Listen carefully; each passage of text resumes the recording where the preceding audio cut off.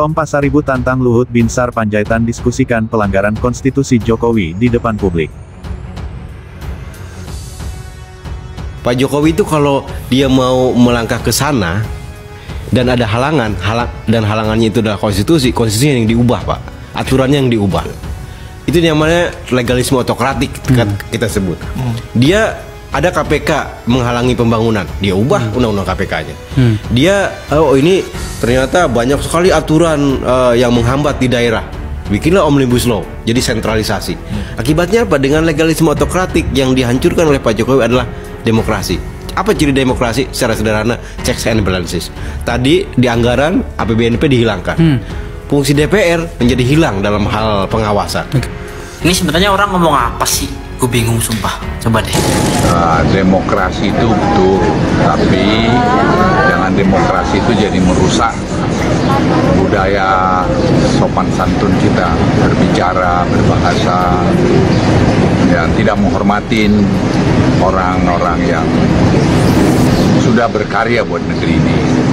Kemudian berburu sangka dengan cepat. Saya kan pembantu Presiden Jokowi selama 10 tahun.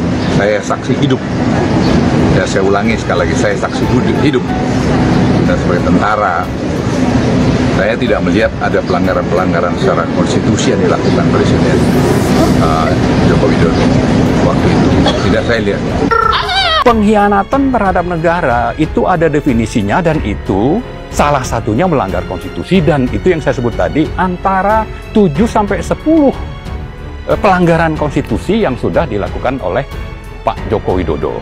Salah satunya misalnya menerbitkan Perpres nomor 54 tahun 2020 tentang APBN. APBN kok pakai Perpres? Menihilkan DPR. Padahal pasal 23 Undang-Undang Dasar itu menyusun dan menetapkan APBN itu harus bersama-sama dengan DPR. Ini diterbitkan begitu saja dengan Perpres misalnya.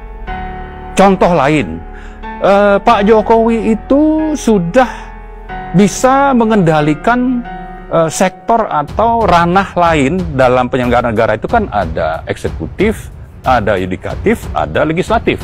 Nah, yudikatifnya itu misalnya KPK. KPK itu sekarang ada di bawah kendali Pak Jokowi lewat Dewas misalnya. Atau kalau kita bicara MK, itu kan juga misalnya putusan nomor 90 tentang Gibran, atau putusan 91/2021 tentang Undang-Undang Ciptaker, bahwa MK menyatakan bahwa ini harus dirubah. Tapi kan lalu diterbitkan Perpu, dilanggar itu putusan MK. Nah, banyak lagi sebetulnya, dan itu kita siapkan sudah berbagai alasan atau delik bahwa presiden kita ini sudah melanggar hukum. Janji nawacita Jokowi di 2014 malah jadi nawadosa. Emang dosanya Jokowi apa aja?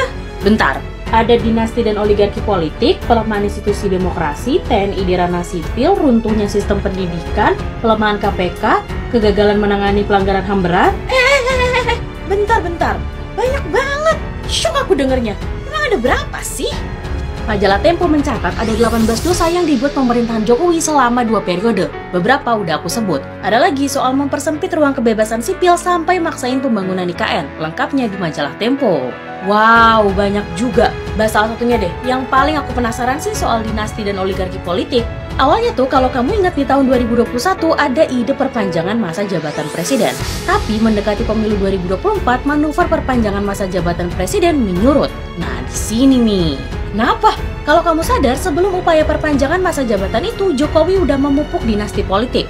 Tahu dong kalau anak Jokowi, Gibran, maju jadi wali kota Solo di Pilkada 2020, terus terpilih jadi wali kota Solo. Oh iya, ingat. Gak cuma Gibran gak sih? Menantu Jokowi, Bobi Nasution juga jadi wali kota Medan kan? Betul, dan masih ada lagi keluarga Jokowi di pemerintahan. Adik ipar Jokowi, Anwar Usman, kan jadi hakim MK. Terus ada juga satu sepupu di PT BNI dan 2 keponakan Jokowi di PT Pertamina dan anak usaha Pertamina. Banyak banget, dan aku baru ingat. Anak bungsu Jokowi Kaisang Pangarep kan jadi ketum PSI kan ya? Tapi kan Gibran udah mengundurkan diri jadi wali kota Solo.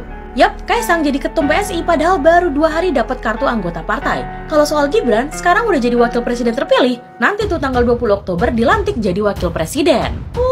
Oh gitu, kalau ku pikir-pikir, kita kan baru bahas 1 dosa ya. Kata kamu tadi ada 18. Wah, ini sih aku jadi penasaran mau baca dosa Jokowi yang lain. Kontroversi seputar pernyataan Luhut Binsar Panjaitan, Ketua Dewan Ekonomi Nasional Indonesia, yang menyebutkan bahwa Presiden ke-7 Joko Widodo tidak pernah melanggar konstitusi, terus bergulir panas. Direktur Eksekutif Komite Pemantau dan Pemberdayaan Parlemen Indonesia KP3I Tom Pasaribu, dengan tegas membantah klaim tersebut, bahkan menantang Luhut untuk berdiskusi terbuka mengenai sejumlah pelanggaran konstitusi yang menurutnya dilakukan oleh Jokowi selama 10 tahun berkuasa. Pertama, keputusan Presiden Kepres No. 125P tertanggal 18 Oktober tahun 2021, kata Tom melalui keterangan tertulisnya yang dikutip dari RMOL, Jumat tanggal 4 April tahun 2025. Tom menyebutkan sejumlah pelanggaran konstitusi yang telah terjadi selama masa pemerintahan Jokowi, termasuk keputusan Presiden Kepres No. 125P tertanggal 18 Oktober tahun 2021 yang dianggapnya bermasalah. Selanjutnya 7 instruksi Presiden yang dikeluarkan pada tanggal 23 Oktober tahun 2019, yang tidak dilaksanakan oleh Presiden maupun para menteri selama masa jabatannya, kata Tom. Tak hanya itu, Tom juga mengungkapkan bahwa terdapat 7 instruksi Presiden yang dikeluarkan pada tanggal 23 Oktober tahun 2019, yang tidak dijalankan oleh Jokowi maupun para menteri dalam kabinetnya. Tom menantang Luhut untuk melakukan diskusi terbuka dengan melibatkan publik agar masyarakat dapat memberikan penilaian objektif mengenai apakah tindakan-tindakan tersebut melanggar konstitusi atau tidak. Pelanggaran konstitusi Jokowi sangat telak. Jika Pak Luhut yakin bahwa Jokowi tidak melanggar konstitusi, mari kita uji ketiga poin ini agar rakyat Indonesia juga turut memberikan penilaian atas argumen-argumen yang kita lontarkan, kata Tom. Tom juga mengajak Luhut untuk melakukan pembahasan mengenai hal ini secara transparan di depan publik, agar masyarakat memiliki pemahaman yang jelas mengenai konstitusi dan pelanggarannya. Perbedaan pendapat adalah hal yang wajar dalam diskusi politik, namun membenarkan sebuah pelanggaran adalah bentuk pengkhianatan terhadap konstitusi, kata Tom. Sebelumnya, setelah berlebaran di kediaman Jokowi di Solo pada Senin, tanggal 31 Maret tahun 2025, Luhut dengan tegas menyatakan bahwa dirinya adalah saksi hidup bahwa Presiden Jokowi tidak pernah melanggar konstitusi.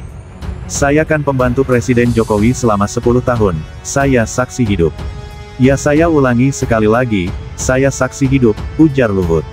Sebagai mantan prajurit, Luhut mengklaim tidak menemukan adanya pelanggaran konstitusi selama masa jabatan Jokowi. Dan sebagai tentara, saya tidak melihat ada pelanggaran-pelanggaran secara konstitusi yang dilakukan Presiden Joko Widodo waktu itu. Tidak saya lihat, jadi siapapun yang bisa saya bisa saksi hidup, kata Luhut.